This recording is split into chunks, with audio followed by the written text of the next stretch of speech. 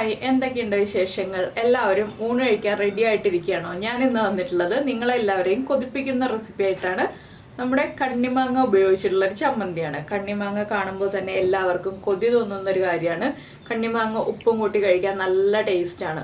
അത് ഈ ഒരു പുളി അധികമില്ലാത്ത മാങ്ങയുടെ പാകത്തിലാണ് ഉപ്പും കൂട്ടി കഴിക്കാൻ നല്ല ടേസ്റ്റ് ഉണ്ടാവുക. അപ്പോൾ എല്ലാവർക്കും പഴയകാല കുട്ടിക്കാല ഓർമ്മകളൊക്കെ തിരിച്ചു വരുന്നൊരു സമയമാണ് കണ്ണിമാങ്ങയൊക്കെ ഉണ്ടാകുമ്പോൾ. അപ്പോൾ നമുക്ക് ഈ ഒരു മാങ്ങ ഉപയോഗിച്ചിട്ട് എങ്ങനെയാണ് ഈ ചമ്മന്തി ഉണ്ടാക്കുന്നത് നോക്കാം.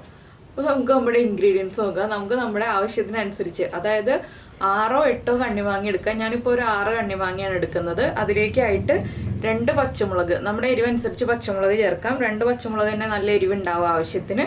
പിന്നെ ഒരു 3 ഉള്ളി എടുത്തിട്ടുണ്ട്. പിന്നെ നമുക്ക് വേണ്ടത് കറിവേപ്പിലയാണ്, 2 or 3 ഇതിൽ കറിവേപ്പില. അപ്പോൾ ആദ്യം നമുക്ക് ഈ കണ്ണിമാങ്ങ ഒന്ന് കട്ട് ചെയ്ത് കണ്ണിമാങ്ങയുടെ അണ്ടി ഒന്ന് മാറ്റിയെടുക്കാം. അതിനുശേഷം നമുക്കത് കട്ട് ചെയ്ത് ചെറുതാക്കി എടുക്കണം. അപ്പോൾ മാങ്ങ കട്ട് ചെയ്യാൻ എല്ലാവർക്കും അറിയാവുന്ന കാര്യമാണ്. നന്നായിട്ട് കഴുകിയിട്ട് കട്ട് ചെയ്തെടുക്കണം.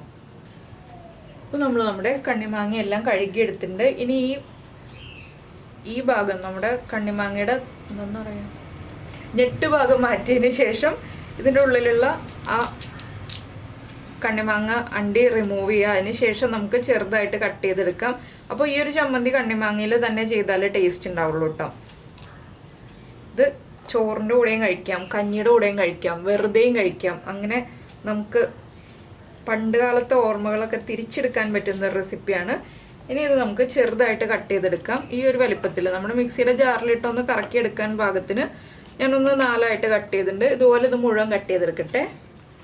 അപ്പോൾ നമ്മുടെ മാങ്ങയെല്ലാം നമ്മൾ ഇതുപോലെ കട്ട് ചെയ്തെടുത്തിട്ടുണ്ട്. ഇനി നമുക്ക് മിക്സിയുടെ ജാറിലേക്ക് ഈ മാങ്ങ ഇട്ട് കൊടുക്കാം.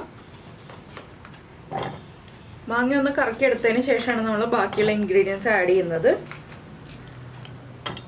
അപ്പോൾ വല്ലാതെ അരച്ചെടുക്കരുത്, ഒന്ന് ജസ്റ്റ് ഒന്ന് വിപ്പ് ചെയ്തെടുക്കുക. അപ്പോൾ മാങ്ങയൊന്ന് ചതഞ്ഞ് കിട്ടും. ഇത് കല്ലിൽ അരച്ചെടുക്കുകയാണെങ്കിൽ അതായിരിക്കും ടേസ്റ്റ് കൂടുതൽ, എളുപ്പവും അതായിരിക്കും. പക്ഷേ നമുക്ക് ഇന്നിപ്പോൾ എല്ലാവർക്കും കല്ലുണ്ടാവുന്ന സാഹചര്യം അല്ല, അതുകൊണ്ട് മിക്സിയിൽ തന്നെ അടിച്ചെടുക്കാം.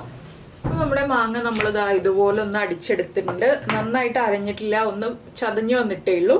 ഇതിലേക്ക് നമുക്കിനി നമ്മൾ എടുത്തു വെച്ചിരിക്കുന്ന പച്ചമുളക്, അതുപോലെ തന്നെ ഉള്ളി, ഇതിലേക്ക് ഇഞ്ചിയൊന്നും ചേർക്കില്ല കേട്ടോ. ഈ ഒരു ചമ്മന്തി ഇഞ്ചിയൊന്നും ചേർക്കാതെയാണ് ചെയ്യുന്നത്.